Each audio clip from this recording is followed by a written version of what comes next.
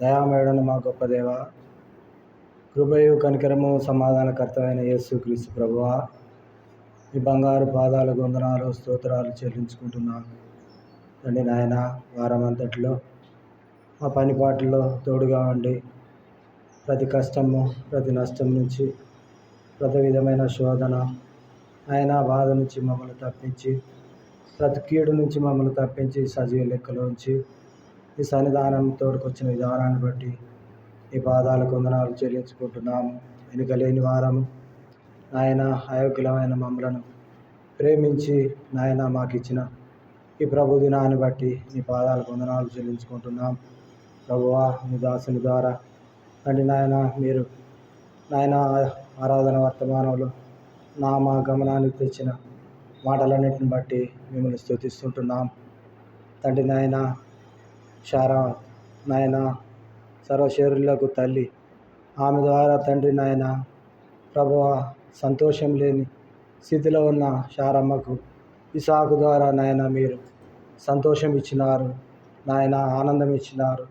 తన మీద ఉన్న నాయన శాపమును అవమానమును తండ్రి నాయన నిందను దొర్లించినట్టు తండ్రి నాయన శాపం కింద నాయన అవమానం కింద నింద కింద ఉన్న నన్ను తండ్రి నాయన విడిపించుటకు తండ్రి నాయన మీరు అమితంగా ప్రేమించే మీ ఏక కుమారుణ్ణి తండ్రి నాయన నా కొరకు అనుగ్రహించినారు. ప్రభువా, తండ్రి నాయన నా ద్వారా నాయన మీరు సంతోషింపబడటకు మీ కుమారుణ్ణి తండ్రి నాయన నా శిక్ష మొత్తం తన మీద వేసి తను నా నిందలు అవమానాలు పొందటానికి నాయన మీరు ఇష్టపడ్డందుకు, ఇంతగా ప్రేమించినందుకు ఏమిచ్చి మీ రుణం తీర్చుకోవాలయ్యా. అయోగ్యుడను అపాత్రుడను ఎన్నికలేని వాడను ఈ పరిచర్యకు నిలబెట్టుకుంటున్నారు తండ్రి నాయన. ఏ మాటలు మాకు అవసరమో దయచేయమని, వినే చెవులు గ్రహించే మనసు మా అందరికీ దయచేయమని వేడుకుంటూ తండ్రి నాయన ఈ సమయాన్ని నాయన మీరే దీవించి ఆశీర్వదించమని వేడుకుంటూ యేసుక్రీస్తు ప్రభువారి నామములో ప్రార్థించి స్తుతించి అడిగి వేడుకుంటున్నాము తండ్రి, ఆమేన్.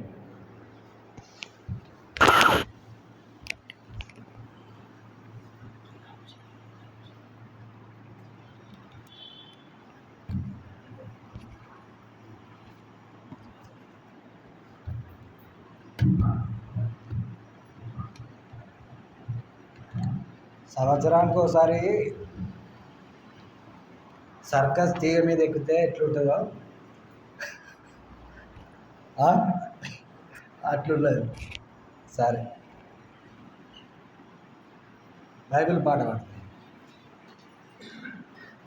శ్రేష్టాంబ గ్రంథములో చోట చూచిన ఆదరణ ఎన్నది, సుఖ దుఃఖంబులో వాగ్దానమున్నది, విశ్వాసముంచి ధ్యానించుడి. బైబిలు ఇది గొప్పదా మనం గొప్పవాళ్ళం? ఇది గొప్పదా మనం గొప్పవాళ్ళం? మరి ఇది ఈడబెట్టి మన తల పైన ఉన్నదంటే ఎవరు గొప్పవాళ్ళు? ఇంతకుముందు ఒక అన్న చెప్పినాడు, ఏమని? బైబిల్ ఎడబెట్టమన్నాడు తల కంటే పైగా. అంటే దీన్ని హెచ్చించినట్టు మనము తగ్గించుకున్నట్టు. ఇది ఈడబెట్టి మనం ఉన్నామంటే మన తల పైన ఉన్నట్టు, మనం హెచ్చించుకున్నట్టు దేవుని వాక్యాన్ని తగ్గించుకున్నట్టు. ఈ మాట ఎవరు చెప్పినారు?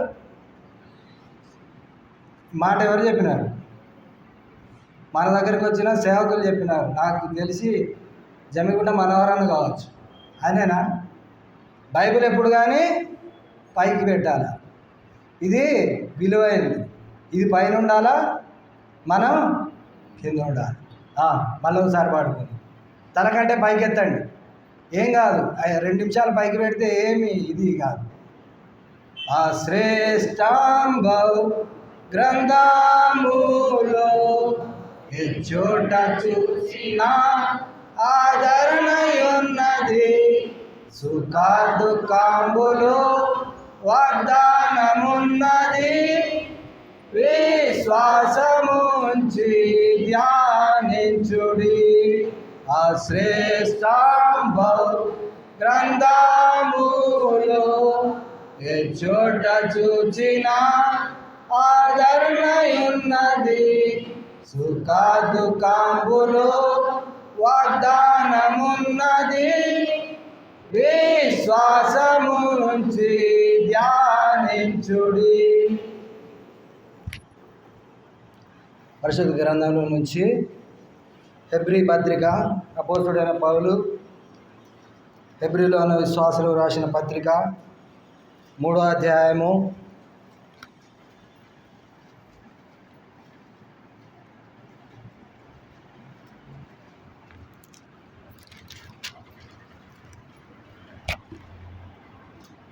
3వ అధ్యాయము 17వ వచనాన్ని అందరం కలిసి చదువుకుందాం. 17, 18, 19 అందరం కలిసి చదువుకుందాం. ఎవరి మీద 40 ఏండ్లు ఆయన కోపగించెను? పాపము చేసిన వారి మీదనే కదా. వారి శవంలో అరణ్యంలో రాలిపోయాను. తన విశ్రాంతిలో ప్రవేశింపరని ఎవరిని గూర్చి ప్రమాణం చేసెను? అవిధేయులైన వారిని గూర్చియే కదా. కాగా అవిశ్వాసం చేతనే వారు ప్రవేశింపలేకపోయిరని గ్రహించున్నాము. చిన్న ప్రార్థన చేస్తున్నాం. ప్రేమగల మా ప్రియ పరలోకపు తండ్రి, దయామేడని మా గొప్ప దేవ, మీ దయాల పాదాలకు వందనాలు స్తోత్రాలు చెల్లించుకుంటున్నాము. చదవబడిన వాక్య భాగంలో నుంచి మాతో మీరు మాట్లాడండి. అయోగ్యుడును అపాత్రుడను ఎన్నికలేని నన్ను నిలబెట్టుకున్నారు తండ్రి. దయతో నాయన నీ ప్రజలను మాకు ఏ మాటలు మాకు అవసరమో నాయన మా ముందున్న మా మధ్యనున్న తండ్రి, ఈ శరీరంలో ఈ రక్తంలో యోగ్యముగా మేము పాలు పొందినట్లు ఈ వాక్య వెలుగులో మా జీవితాన్ని సరిచూచుకొని నాయన అయోగ్యముగా పాలు పొందులాగున సహాయం చేయమని వేడుకుంటూ వినే చెవులు గ్రహించే మనసు తండ్రి మాకందరికీ దయచేయమని నాయన ఈ సమయాన్ని దీవించి ఆశీర్వదించమని యేసుక్రీస్తు ప్రభువారి నామంలో ప్రార్థించి స్తుతించి అడిగి వేడుకుంటున్నాము తండ్రి. ఆమేన్.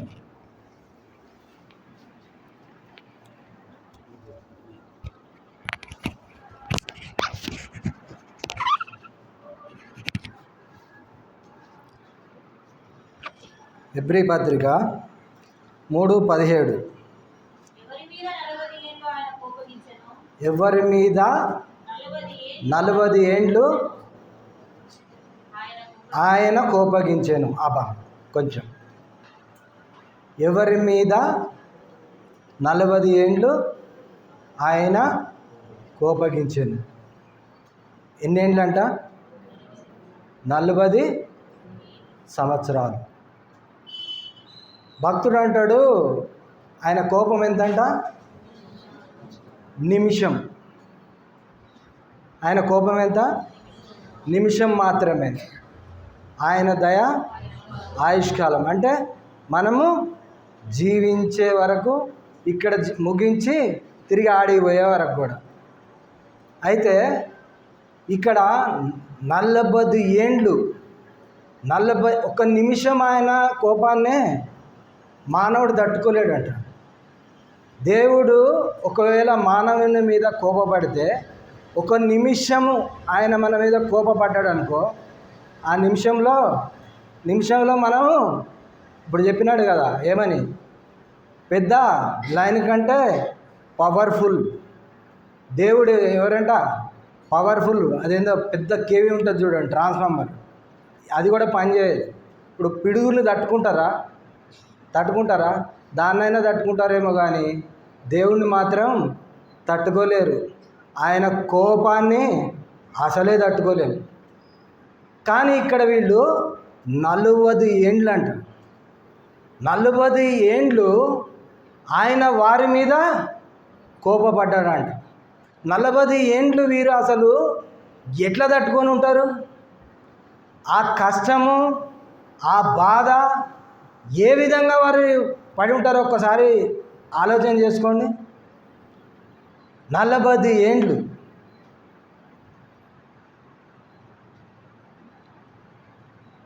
ఎవరు వీళ్ళు? ఇశ్రాయేలు ప్రజల్లో సంఖ్యాకాండంలో మోషే చేత లెక్కింపబడిన వారు. 20 ఏండ్లు మొదలుకొని పైప్రాయం కలిగిన వారందరూ వీళ్ళు ఎంత అంటే సంఖ్యాకాండం 1వ అధ్యాయంలో ఉంటాయి. అది 6,03,550 మంది.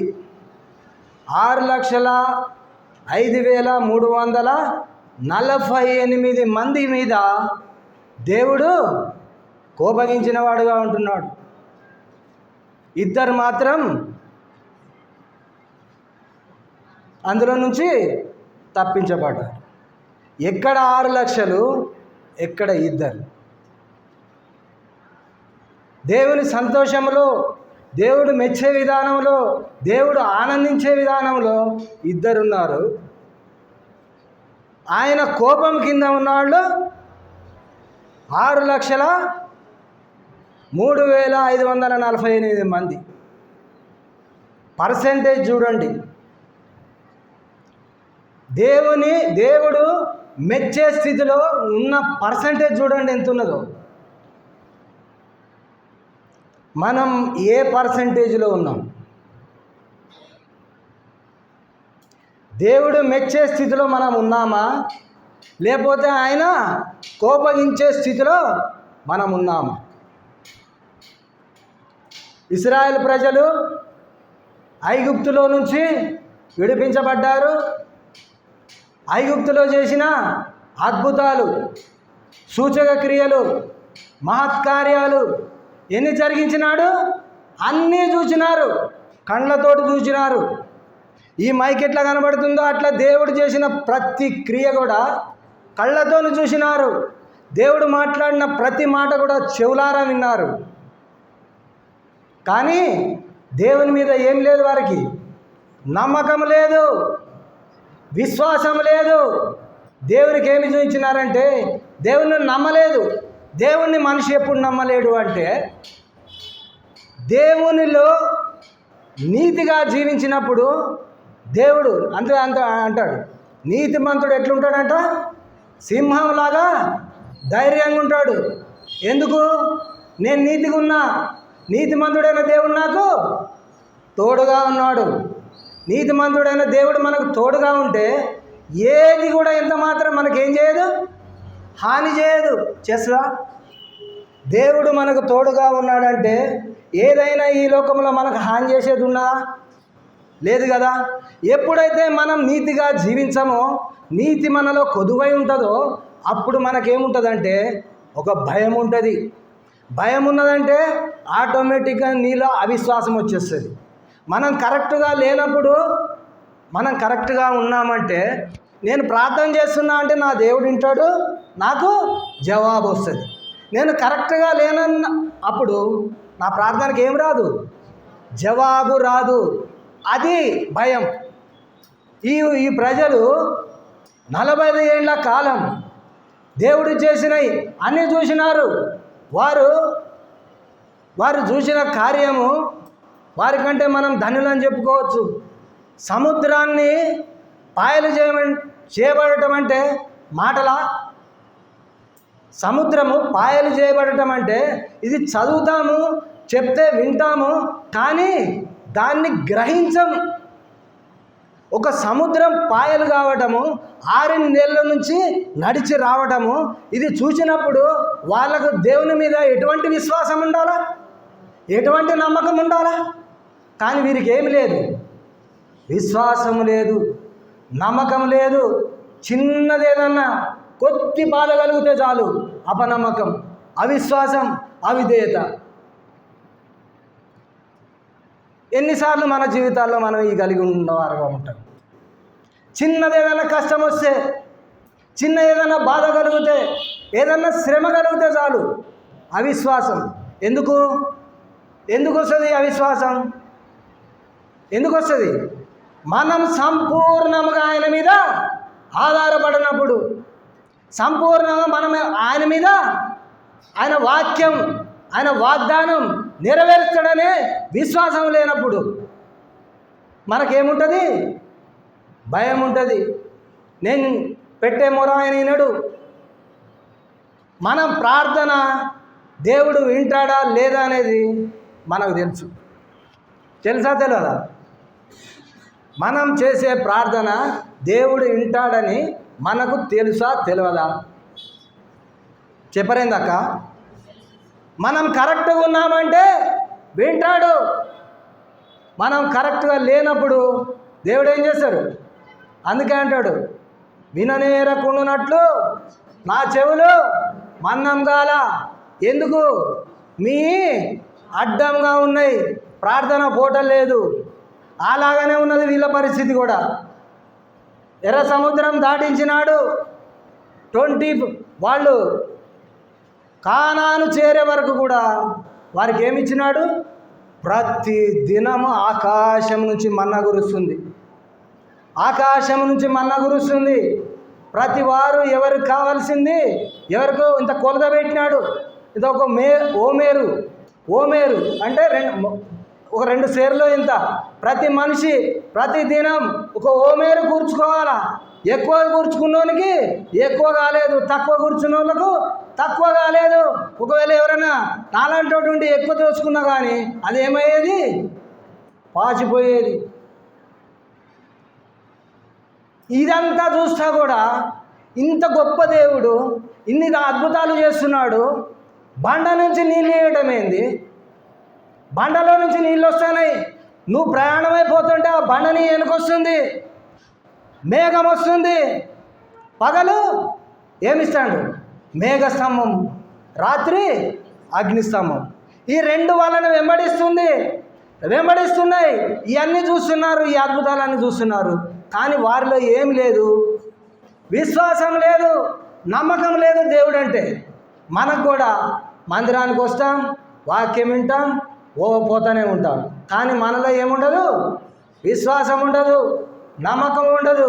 కారణం ఏంటంటే మనం చూపించే అవిధేయత.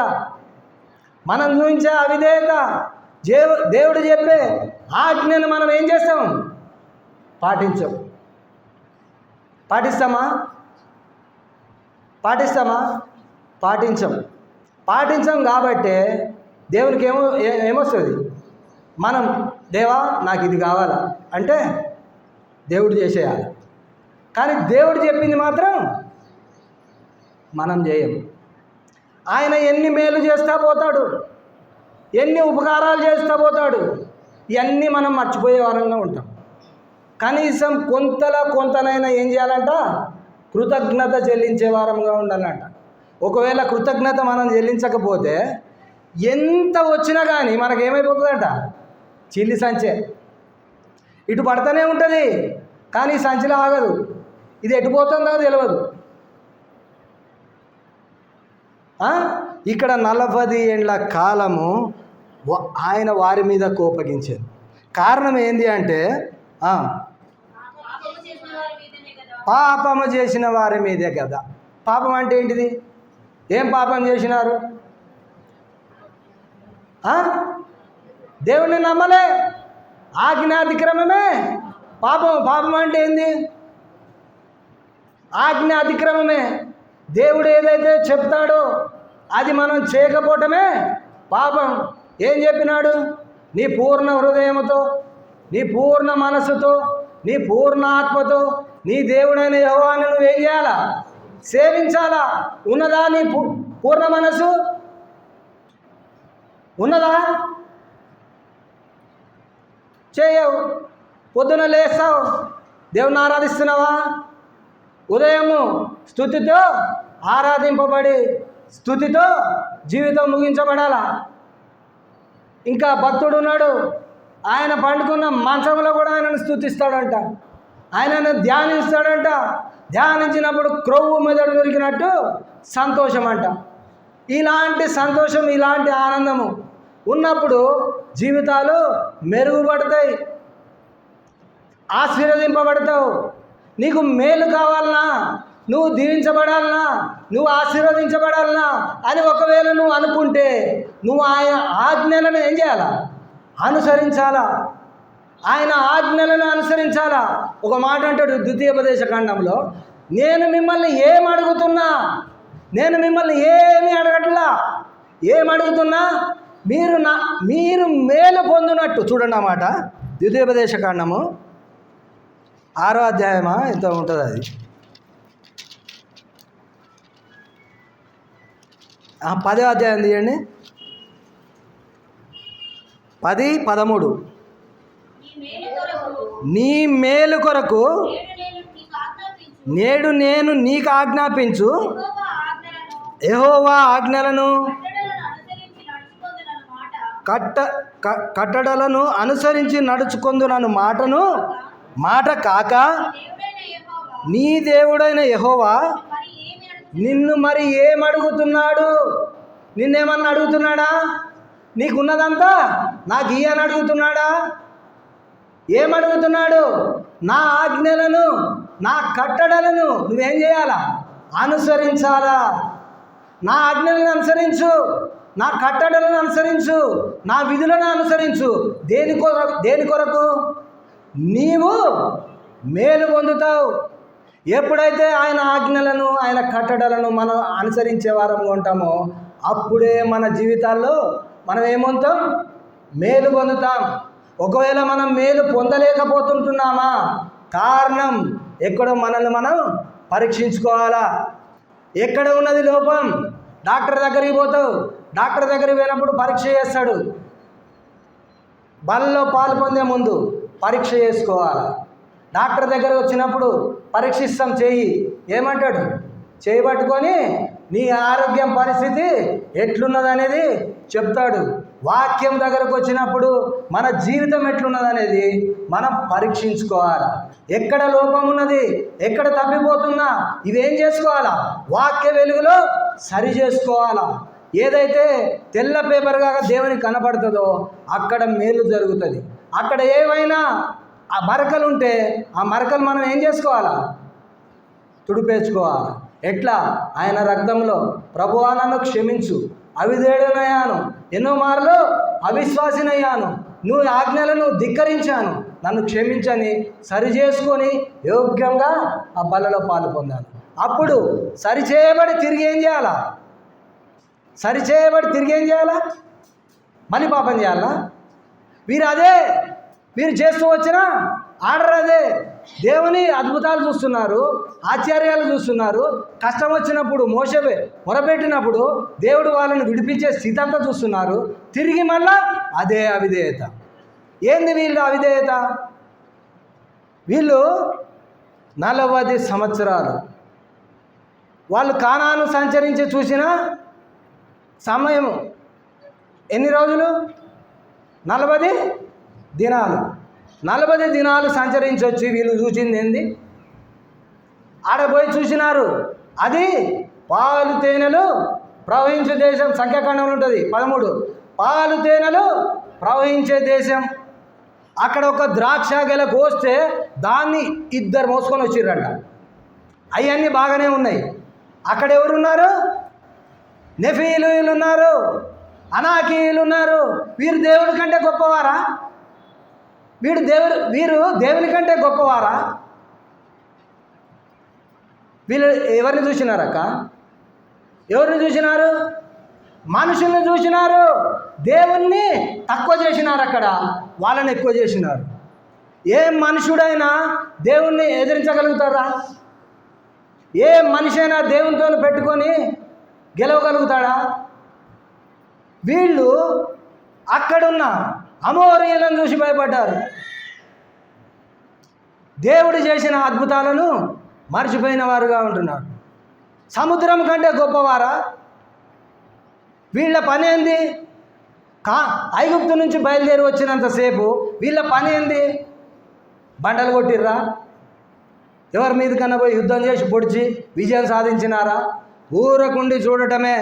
ఆకాశం నుంచి పడే మన్నా, బండ నీళ్ళ నుంచి వచ్చే నీళ్లు. మాంసం కావాలంటే మిశ్రిత జనం మధ్య మాంసాపేక్ష కలిగి ఉంటే మాంసం కావాలంటే మాంసం ఇస్తూ వచ్చినాడు. ఐగుప్తులో వీళ్ళు ఏమన్నా సంతోషంగా ఉన్నారా? ఇనప కొలిమిలో అట ముక్కుతూ మూలుగుతూ బాధపడుతూ నిట్టూర్పులు విడుస్తూ ఉంటే దేవుడు ఉన్నాడు వాళ్ళ మార. అటువంటి స్థితిలో ఉన్నవారు ఇక్కడికి వచ్చి మార్గం మధ్యలో మన్నా తింటున్నారు. పరలోకం నుంచి కూర్చే మన్నా తింటున్నారు. ఆయన శక్తిని గ్రహించలేకపోతున్నారు. ఆ దేవుని గొప్పదనాన్ని గ్రహించలేకపోతున్నారు.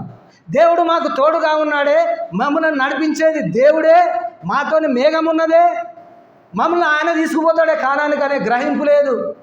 వారిని మేము ఎట్లా గెలుస్తాం? వారి ముందు మేము మిడతల్లాగా ఉన్నాం, ఓడిపోతాం. సమస్య వచ్చినప్పుడు ఎవరి వైపు చూడాలా? దేవుని వైపు చూడాలా. నువ్వు మనిషిని వైపు చూస్తే పడిపోతావు. మనుషుని వైపు చూస్తే ఏమైపోతావు? పడిపోతావు. ఇప్పుడు అదిగో మనోడు ఉన్నాడు, ప్రవీణ్, కెవిగాడు ఉన్నాడు. ప్రవీణ్ కెవిగాడిని చూసి భయపడితే ఎట్లుంటుంది?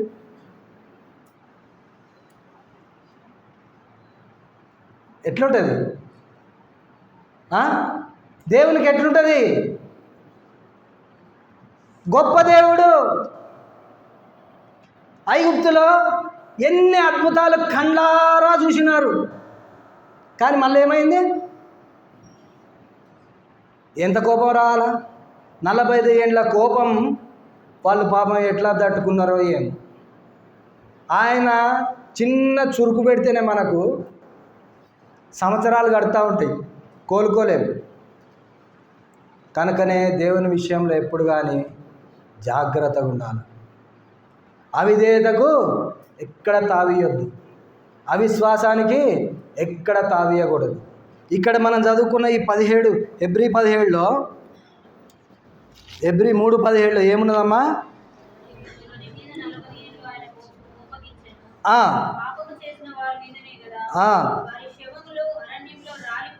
వారి శవములు ఎక్కడ రాలిపోయినాయంట? అరణ్యంలో రాలిపోయాయి. ఇక్కడే 9వ వచనంలో ఉంటుంది ఒక మాట చూడమ్మా. 40 సంవత్సరములు నా కార్యములను చూచి మీ పితరులు నన్ను పరీక్షించి శోధించిరి. వీళ్ళెవరు? హెబ్రీలో ఉన్న విశ్వాసులకు, యూదులకు అపోస్తుడైన పౌలు చెప్తున్నాడు. ఇవాళ ఆ దేవుని వాక్యము నీకు నాకు చెప్తుంది. ఎవరంట? 40 సంవత్సరములు నా కార్యములను చూచి, దేవుని కార్యాలు చూచి మీ పితరులు నన్ను ఏం చేసిరంట? పరీక్షించినారు. దేవుడు అంటే వీళ్ళకి అంతా తెలుసు. మనకు తెలియదా దేవుని ఎంత గొప్పోడో? తెలుసా తెలియదా మనకు? దేవుడు ఎంత గొప్పోడో మనకు తెలుసా తెలియదా?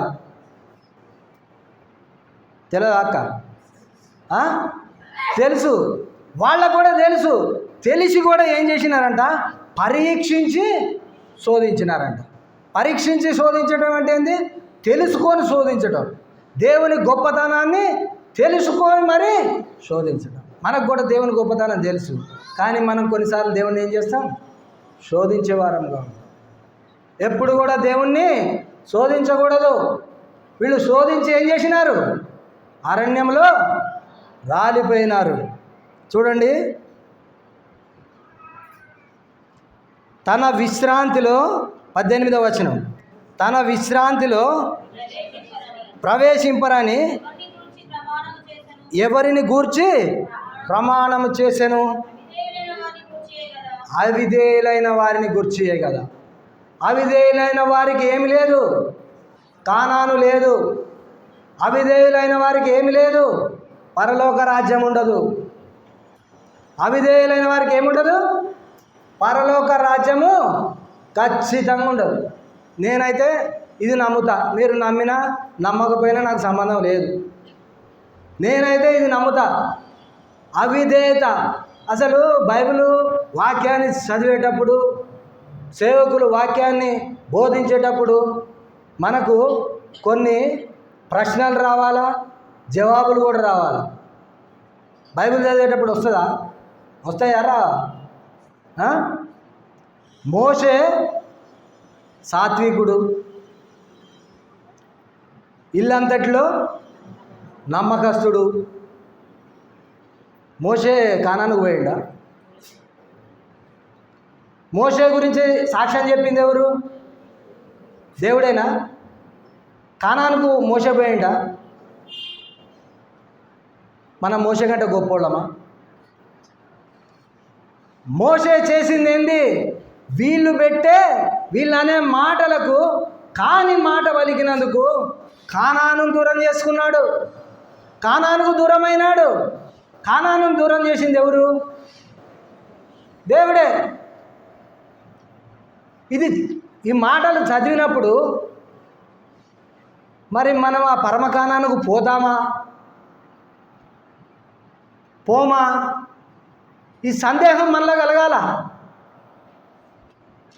పోమా అనేది కూడా మనకు తెలుసు. మన జీవిత విధానాన్ని బట్టి కానానికి పోయిన వాళ్ళు ఎవరు? కాలేబు, యెహోషువ పోయినారా లేదా? వాళ్ళ గురించి దేవుడిచ్చిన సాక్ష్యం, వాళ్ళ గురించి మోషే ఇస్తాడు సాక్ష్యం. నిండు మనసుతో అంట, పూర్ణ మనసుతో. ఒక మాట చూడండి, యెహోషువ గ్రంథం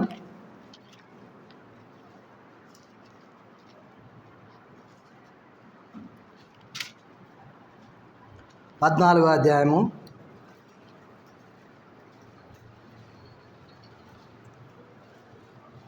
6వ వచనం. యూదా వంశస్థులు గిల్గాలులో యెహోషువ యొద్దకు రాగా కెనెజీయుడగు యెఫున్నె కుమారుడైన కాలేబు అతనితో ఈలాగు మనవి చేసెను. కాదేషు బర్నేలో దైవజనుడైన మోషేతో యెహోవా నిన్ను గూర్చి ఒక్క మాట, నన్ను గూర్చియు నిన్ను గూర్చియు. వీళ్ళు చేసుకుంటున్న సంభాషణ ఎవరెవరు? యెహోషువ, కాలేబు. నన్ను గూర్చియు నిన్ను గూర్చియు దేవుడు పలికిన మాటలు చూడు. చెప్పిన మాట నీవెరుగుదు.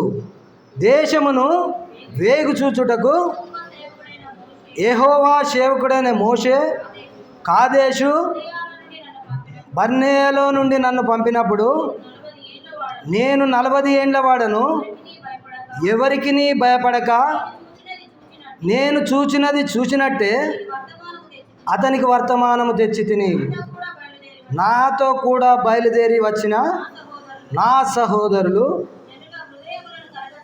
జనుల హృదయమును కరుగజేయగా నేను నా దేవుడైన యెహోవాను నిండు మనసుతో అనుసరించి తిని. ఆ దినమున మోషే ప్రమాణం చేసి, నీవు నా దేవుడైన యెహోవాను నిండు మనసుతో అనుసరించితి గనుక నీవు అడుగుపెట్టిన భూమి నిశ్చయముగా నీకును నీ సంతానమునకును ఎల్లప్పుడూ ఎట్లుంటుందంట? స్వాస్థ్యముగా ఉండుననెను, నీకును నీ సంతానమునకును. కారణమేంది? నిండు మనసు, పూర్ణ మనసుతో దేవుణ్ణి అనుసరించినాడు. అంటే దేవుడి మాటలను, దేవుని వాక్యాన్ని, దేవునికి విధేయుడే ఆయనను అనుసరించుకుంటూ పోయినప్పుడు ఎవరికంట? నీకును నీ స్వాస్థ్యము. స్వాస్థ్యం అంటే ఎవరు? తన కుమారులు, తన వంశానికి కూడా అది అప్లై అయింది. మన పిల్లలకు ఆశీర్వదింపబడాలంటే ఈ నిండు మనసు, ఈ పూర్ణ మనసు మనలో ఉండాల. మనలో ఉన్నప్పుడే దీవించబడతారు, ఆశీర్వదించబడతారు. ఇది ఎప్పుడైతే నిండు మనసు మనలో లేకుండా, నిండుకుండ ఎప్పుడు ఏం కాదు, వాటర్ నిండా ఉన్నదనుకో కుండలో ఏం కాదు, తొలకదు. సగం కుండ ఉన్నదనుకో, సగం నీళ్ళు ఉన్నాయనుకో కుండలో, ఏమవుతుంది? తొలకుతుంది. తొలగే స్థితిలో ఉండొద్దు. ఇక్కడ తొలగిపోయే స్థితిలో ఈ 6 లక్షల మంది ఉండి ఏమైనారు? అరణ్యంలో శవాలు అయిపోయినారు, రాలిపోయిన వారుగా ఉంటున్నారు. యెహోషువ, కాలేబు మాత్రం దేవుణ్ణి నిండు మనసుతో అనుసరించి వాళ్ళు హెబ్రోనుని స్వాస్థ్యముగా పొందారు. హెబ్రోన్ని చూడండి, ఇక్కడే ఉంటుంది ఆ మాట. 14వ అధ్యాయం 13వ వచనం. యెఫున్నె కుమారుడైన కాలేబు ఇశ్రాయేలు దేవుడైన యెహోవాను నిండు మనసుతో అనుసరించేవాడు గనక యెహోషువ అతన్ని దీవించి అతనికి హెబ్రోనును స్వాస్థ్యముగా ఇచ్చెను. అతను హెబ్రోను ఏమిచ్చినాడు? స్వాస్థ్యంగా ఇచ్చినాడు. చెప్పిన మాటను నమ్మినాడు. ఎప్పుడైతే కానానుకు పోయి వేగు చూచి సమాచారాన్ని తీసుకొచ్చినప్పుడు మిగిలిన 10 మంది చెడ్డ సమాచారం ఇచ్చి 2 మాత్రము మంచి సమాచారం ఇచ్చినప్పుడే ఆ రోజే దేవుడు వానికి ఏం చేసినాడు? ప్రమాణం చేసినాడు, వాగ్దానం చేసినాడు. ఇక్కడ ఉన్నవారు ఎవరైతే 20 సంవత్సరాలు పై మొదలుకొని ఉన్నవారు వారెవ్వరు కూడా అక్కడికి ఏం గారు ప్రవేశించరు.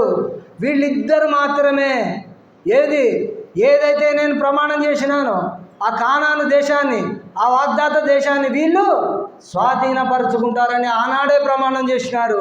వీళ్ళు అనుసరించిన జీవితం, వీళ్ళు అక్కడి నుంచి ఇక్కడికి వచ్చిన జీవితం కాలం 40 ఏండ్ల కాలంలో ఎక్కడ కూడా దేవుణ్ణి వాళ్ళు విడిచిపెట్టలేదు. నిండు మనసుతో సేవిస్తూ వచ్చినారు, నిండు మనసుతో అనుసరిస్తూ వచ్చినారు. కాబట్టి కానానులో వారికి ప్రవేశం కలిగింది. ఒకవేళ ఎలాంటి చిన్న తప్పిదము చేసి ఉంటే మాత్రం మోషేకే కలగలేదు ఆ భాగ్యం. వీళ్ళకి కలిగేదా? వీళ్ళకి కలిగి ఉండేదా? కలిగి ఉండేది కాదు. కానీ వీళ్ళు నిండు మనసుతో అనుసరించినారు కాబట్టి ఆ భాగ్యం కలిగింది. ఆ నిండు మనసు మనకు ఉండాలా. నీ పూర్ణ మనసుతో నువ్వు ఆయనను ఏం చేయాలా? సేవించాలా. ఆయన ఆజ్ఞలను తూచా తప్పక పాటించాలా. మన జీవితంలో అన్నీ ఒక ఎత్తు, దేవుడు ఒక ఎత్తుగా పెడతాడు. అన్ని విషయాలు పక్కకు పెట్టాలా. ప్రధానమైనది ఏంది? దేవుడే. ఈ లోకంలో జీవించేది ఎంతకాలమో తెలియదు. తెలుసా? ఎంతకాలం జీవిస్తావు, ఎప్పుడు ఉంటామో ఎప్పుడు పోతామో తెలియదు. మనకి ఇది శాశ్వతం కాదు. ఆ పరమ కానాను, ఆ పరలోక రాజ్యం మనకు శాశ్వతం. దాని కొరకు ఎలాగ జీవించాలో యెహోషువ కాలేబు వలె. అబ్రహాం అంటాడు, అబ్రహాము దేవుని నమ్మెను, అది అతనికి నీతిగా ఎంచబడినాడు. అబ్రహాము నీతిగా ఉన్న అబ్రహాం అంట. దేవుడు అబ్రహాం గురించి గొప్ప మాట ఉంటుంది. అది ఆ రెఫరెన్స్ ఎంత ఆదికాండంలో ఉంటుంది. అతని సంతతికి దేవుని నీతిని తెలియపరిచేవాడని దేవుడు ఎరిగినాడట అబ్రహాం గురించి. ఇక్కడ యెహోషువ గురించి, కాలేబు గురించి, నీ గురించి, నా గురించి దేవుడు చెప్పిన మాట, నీ గురించి నా గురించి చెప్పిన మాట. నీ గురించి నా గురించి దేవుడు ఏమనుకుంటున్నాడు? నీ గురించి నా గురించి ఆయన ఏం చెప్తున్నాడు? బల నమ్మకమైన దాసుడా అని చెప్తున్నాడా? ఓ నమ్మకమైన విశ్వాసి అని చెప్తున్నాడా? మన ఇంట్లో నమ్మకంగా ఉంటున్నామా? మన సంఘంలో నమ్మకంగా ఉంటున్నామా? మనం చేసే పని స్థలాల్లో నమ్మకంగా ఉంటున్నామా? దేవునికి ఇచ్చే విషయంలో నమ్మకంగా ఉంటున్నామా? ఎన్ని విషయాల్లో మనం తప్పిపోయే వారంగా ఉంటున్నాం. నేను అన్ని విషయాల్లో నమ్మకంగా ఉంటున్నా అని చెప్పగలుగుతామా? అయినా కూడా కృపగల దేవుడు, కరుణగల దేవుడు. అందుకే ఈరోజు క్యాలెండర్ వాక్యం ఏమున్నదమ్మా? ఎందుకున్నది? అది గోడ తలిగేసుకోవటానికా? నేనైతే నీ కృపయందు నమ్మిక ఉంచి ఉన్నాను. ఆయన కృప మీద నమ్మకం ఉంచాలా. ఆయన కృపగల దేవుడు. మనుషుల మీద నమ్మకం ఉంచుతావు, మనుషులను చూసి భయపడతావు. మనుషులను చూసి భయపడితే నీకు స్వాస్థ్యం రాదు. దేవునికి భయపడు. ప్రతి విషయంలో మనిషికి భయపడతావు. నువ్వు తప్పు చేసేటప్పుడు ఆడు చూస్తున్నాడా, వీడు చూస్తున్నాడా? నిజ దేవుడు ఉన్నాడు, నీతిమంతుడైన దేవుడు ఉన్నాడు. ఆయన చూస్తున్నాడు. నీవు నేను మాట్లాడే ప్రతి మాటకు లెక్కప్ప చెప్పాలా. ప్రతి మాటకు, మనుషుడు మాట్లాడే ప్రతి మాటకు తీర్పు దినంలో లెక్క అడుగుతాడు. జాగ్రత్త.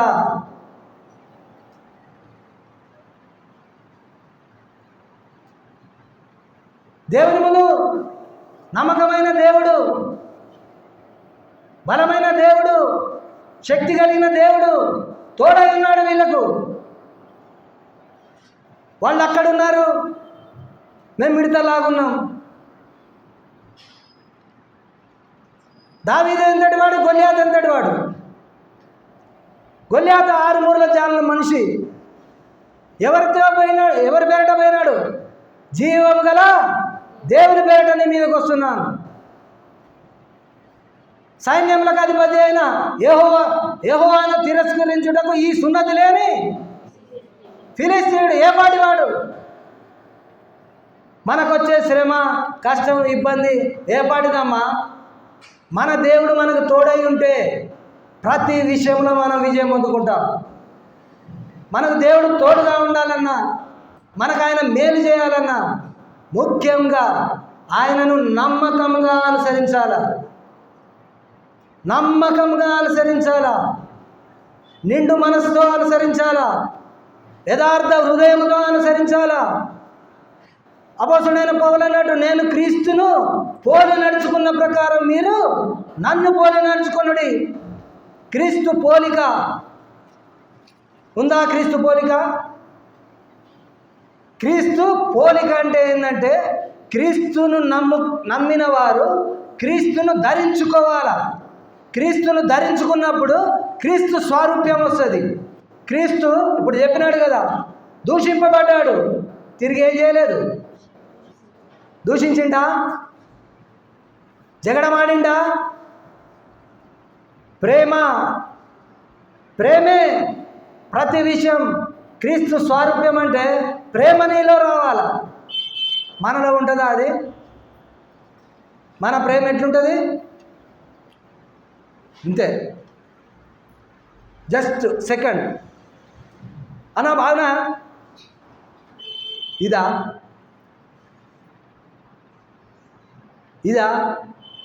ఆయన కూడా ఇట్లా ముద్ద ఇక నువ్వు నేను ఇక్కడ కూర్చునే వాళ్ళవా? నిజమైన ప్రేమ, నిజమైన ప్రేమ అంటే ఆయన చూపించేది. ఈ ప్రేమ మనం చూపిస్తామా? మనదంతా నటన, కపట. యథార్థంగా ఒప్పుకోవాలా. దేవుని సన్నిధికి వచ్చినప్పుడు మనుషుల్ని ఎట్లా ప్రేమిస్తున్నావు? ఇప్పుడు అన్న చెప్పిన వాక్యం, ఏకైక కుమారుడు, జనితైక కుమారుడు, ఆయన ఇష్టపడ్డ కుమారుడుని. ఇప్పుడు ఆ వాక్యం అర్థమైందా? ఆ వాక్యం అర్థమైందా?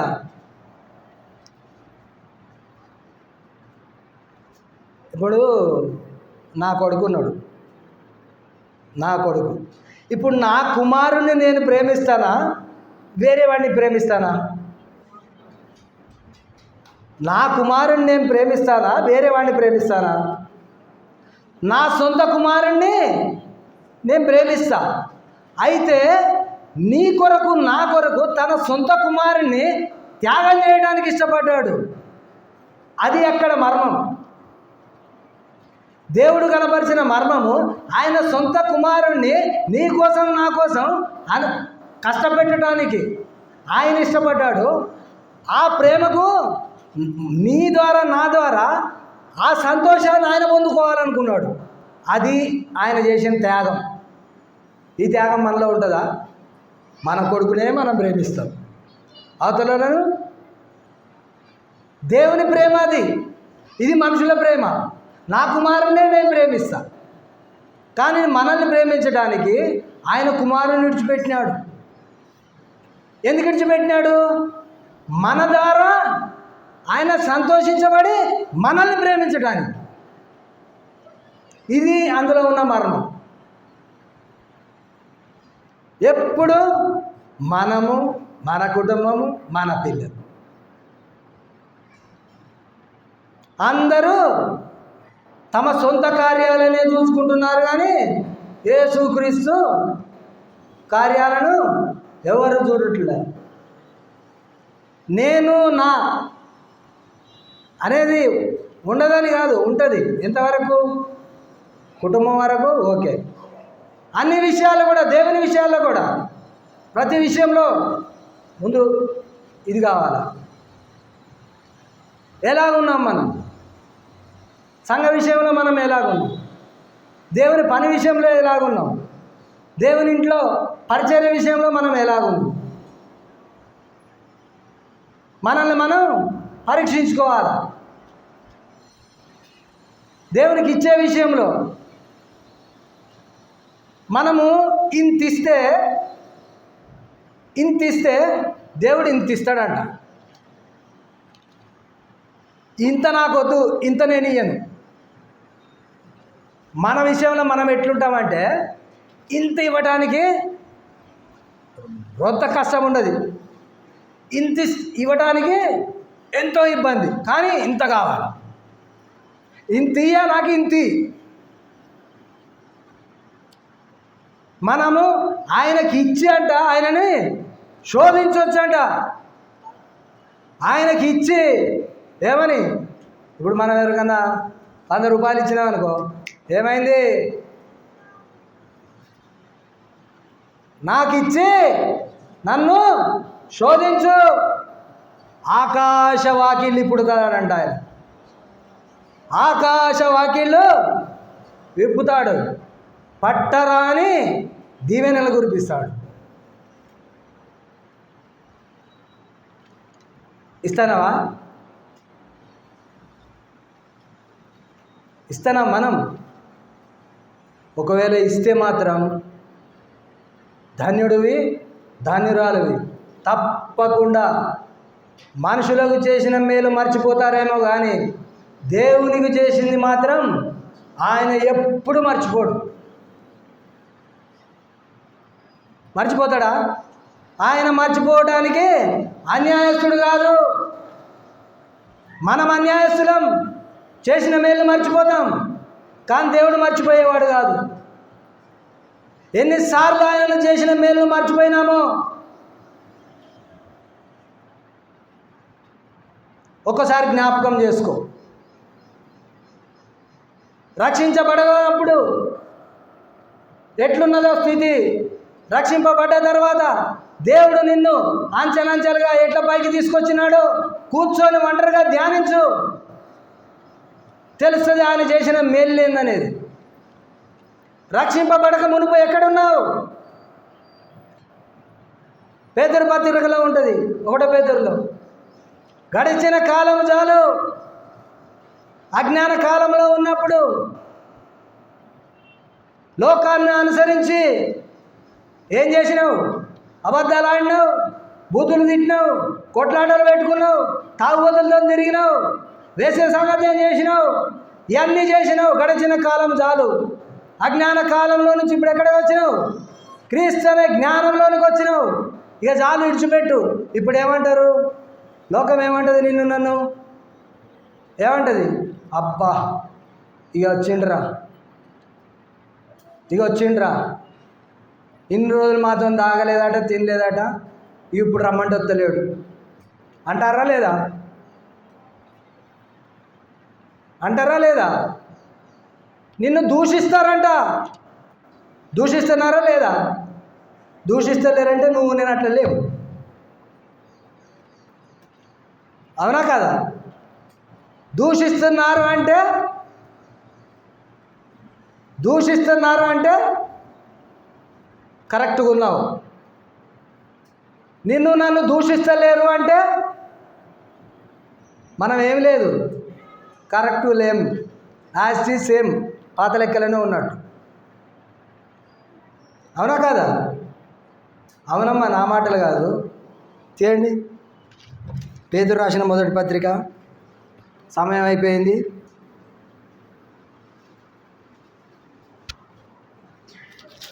4వ అధ్యాయము 3వ వచనం చదువు. పైనుంచి చదువమ్మా. 4 పేతురు రాసిన మొదటి పత్రిక 4వ అధ్యాయము 2వ వచనం నుంచి చదువు. శరీర విషయంలో శ్రమపడిన వాడు శరీరమందు జీవించిన మిగిలిన కాలము ఇక మీదట మనుజాశలను అనుసరించి నడుచుకొనక దేవుని ఇష్టానుసారముగానే నడుచుకున్నట్లు పాపముతో జోలి ఇకనేమీ లేక యుండును. మనము పోకిరి చేష్టలు, దురాశలు, మద్యపానము, అల్లరితో కూడిన ఆటపాటలు, త్రాగుబోతుల విందులు, చేదగని విగ్రహ పూజలు మొదలైన వాటి యందు నడుచుకొనుచు అన్యజనుల ఇష్టం నెరవేర్చుచుండుటకు గతించిన కాలమే చాలును. ఇవన్నీ ఎవరే అంట? అన్యజనుల ఇష్టమును నెరవేర్చినాం. అప్పుడు కింద చదువు 4. అపరిమితమైన ఆ దుర్వ్యాపారమునందు తమతో కూడా మీరు పరిగెత్తకపోయినందుకు వారు ఆశ్చర్యపడుచు మిమ్మును దూషించుచున్నారు. ఏమంటున్నాడంట? ఒకప్పుడు పోకిరి చేష్టలు ఉన్నాయి, తాగుబోతు విందులు ఉన్నాయి, అన్నీ ఉన్నాయి, చేసినాము. ఇప్పుడు వచ్చే వరకు ఏమవుతున్నారంట? ఇప్పుడు మనం ఉన్న పరిస్థితిని చూసి ఆశ్చర్యపడుతూ దూషించుచున్నారంట. వీడు మొన్నటిదాకా మనతో తాగినోడే కదా, వీడు మొన్నటిదాకా మనతో తిరిగినోడే కదా, వీడు మేము తీర్చుకున్నామే కదా. అది చూసి ఆశ్చర్యపడుతూ పక్కకు పోయి దూషించుకుంటున్నారంట మనల్ని. కొందరైతే డైరెక్ట్గా దూషిస్తారు. ఏమవుతుందిరా, కొంచెం తీసుకో, కొంచెం తీసుకో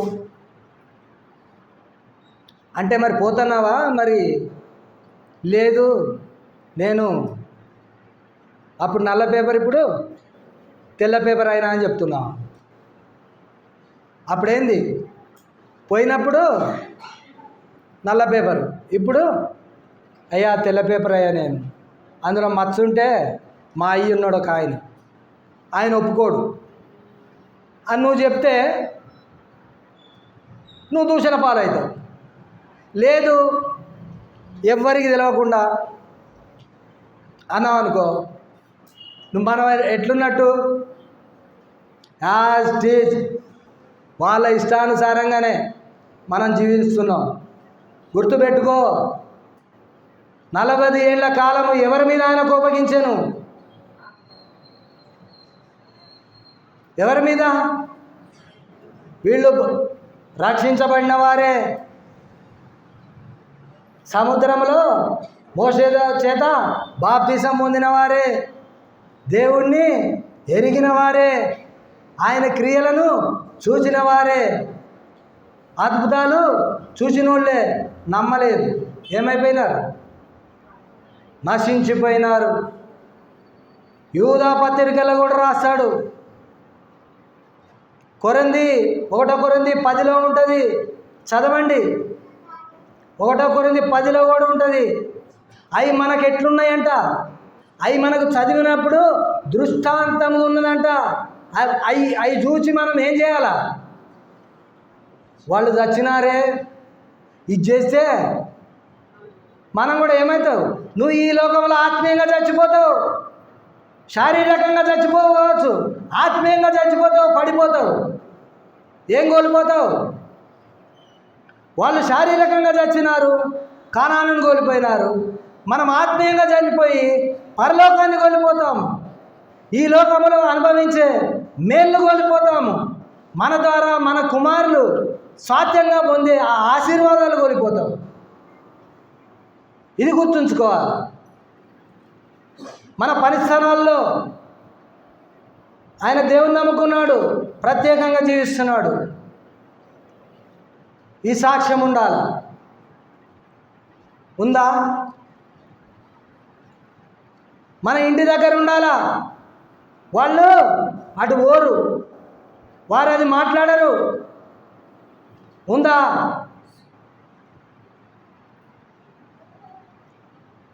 మరి ఇన్ని చేసుకుంటా పోతున్నా కూడా కృపగల దేవుడు ఎట్లా పోతున్నాడంట? కృపకాలంలో చూచి చూడనట్టు వెళ్ళిపోతున్నాడు. ఈడ సమయం లేదు, నాకు ఇచ్చిన సమయం కూడా అయిపోయింది, చెప్పాల్సింది ఇంత ఉంది. అయితే ఇక్కడ 3 మాటల్లో ఉన్నాయి హెబ్రీ పత్రికలు. 3 మాటలు. వాళ్ళకేమున్నది? అవిధేయత, అవిశ్వాసం. చూడండి, అవి చూసుకొని హెబ్రీ పత్రిక 3వ అధ్యాయము 1:17 వచనంలో ఏమున్నది? పాపం ఉన్నది. రెండోది అవిధేయత. 19వ వచనంలో అవిశ్వాసం. పాపము, అవిధేయత, అవిశ్వాసం. 3. ఈ మూడిటితో ఏమైపోయినారు వాళ్ళు? కానానుకు దూరమైనారు, దేవుని మీద సనిగినారు. మేము, మా పిల్లలు, మా భార్యలు ఏమైపోతారు? కొల్లపోతారు. దేవుని శక్తిని గుర్తెరగలేకపోయినారు. కానీ వీళ్ళు ఏమైపోయినారు? గుర్తెరగకపోతే దేవుని కోపం రేపిన వారుగా ఉంటున్నారు, కానానులోకి ప్రవేశించలేకపోయిన వారుగా ఉంటున్నారు, వారు అరణ్యంలో రాలిపోయిన వారుగా ఉంటున్నారు. కారణం పాపం, అవిధేయత, అవిశ్వాసం. ఈ 3 మనం మనలో ఏమి ఇవ్వకూడదు? తావియకూడదు. పాపం జోలికి పోకూడదు. పాపం జోలికి పోకూడదు. ఏంటిది పాపం అంటే? ఆజ్ఞ అతిక్రమమే పాపం. ఈ రోజులు బైబిల్ ఎవరు చదివినారు? ఎంతమంది చదివినారు? చేయి లేపమంటే ఎంతమంది లేపుతారు? నేను లేపమంటలేను.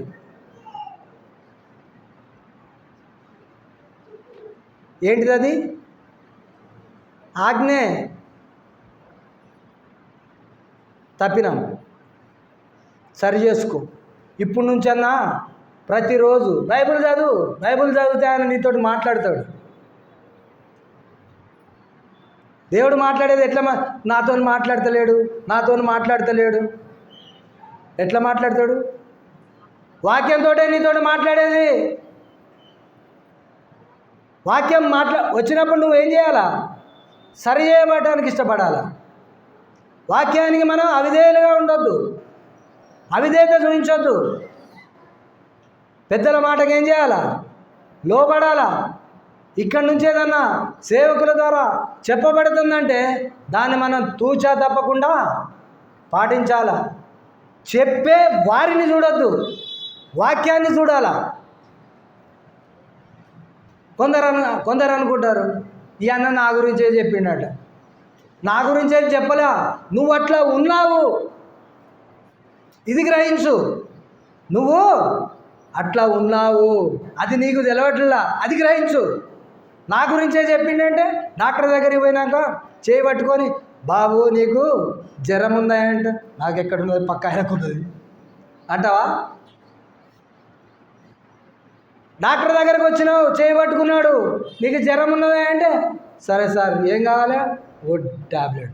ఏందా ట్యాబ్లెట్? వాక్యమే, వేసుకో, బాగుపడతావు. నాకెందుకని పక్క పెట్టినావు అనుకో, ఆ జ్వరం ముదిరి డెంగ్యూ కిందికి మారి కణాలు తగ్గి ఏమైపోతావు? ఎక్కడికి పోతావు?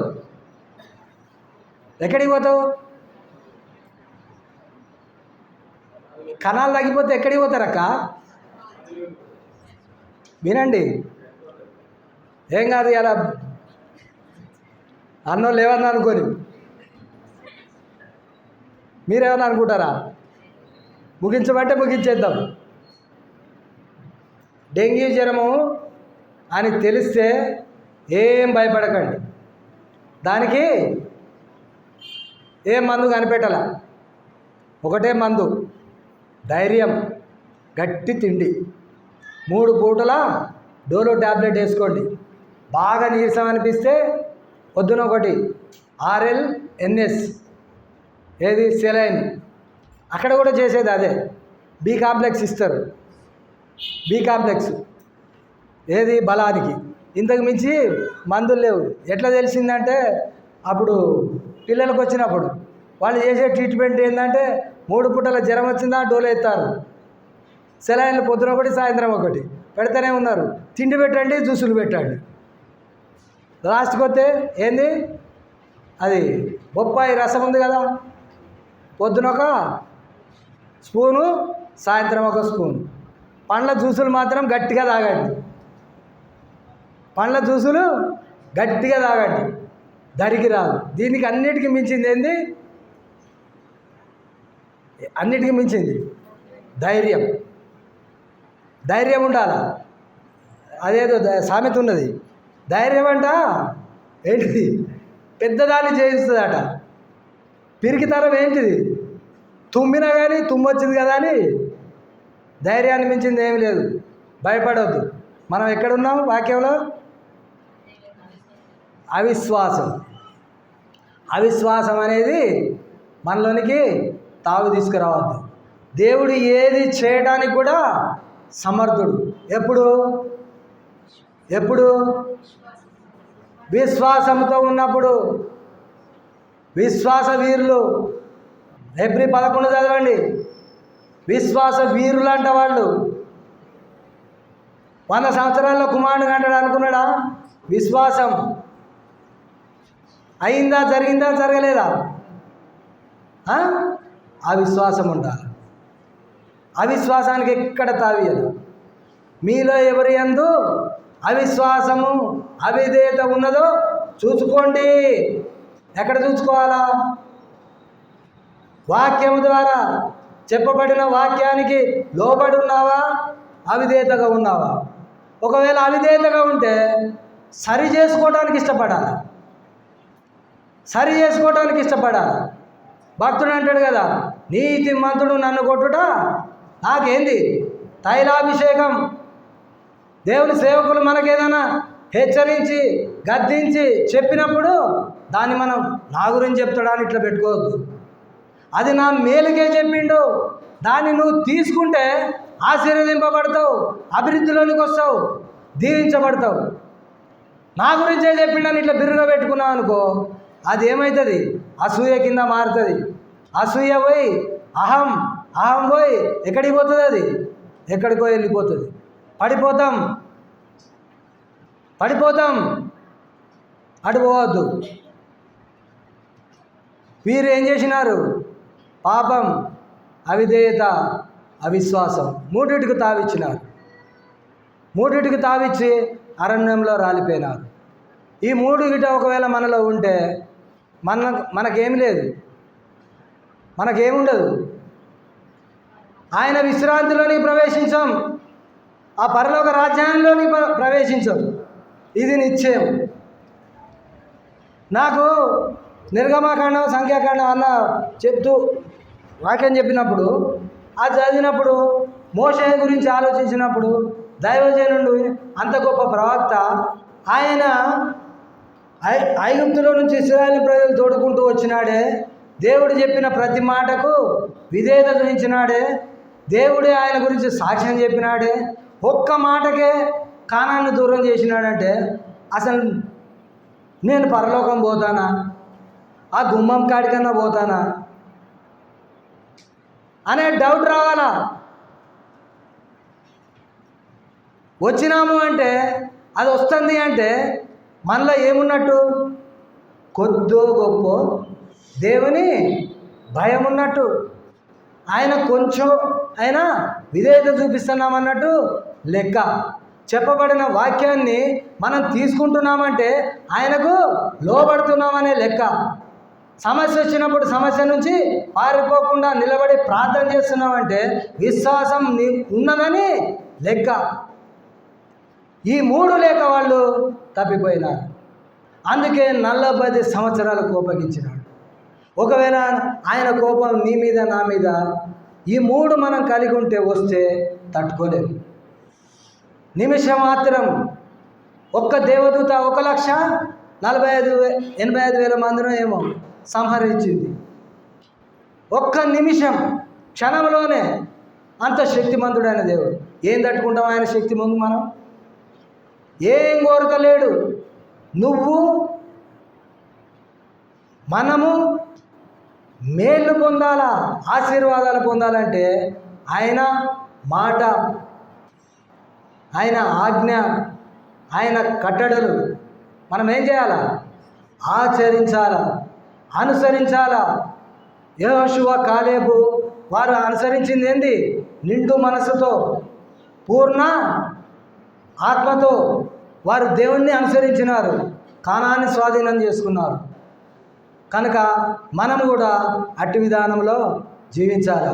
ఒక్క మాట, మనల్ని మనం పరీక్షించుకోవాలి. కొరింథీయులకు రాసిన మొదటి పత్రిక 11వ అధ్యాయము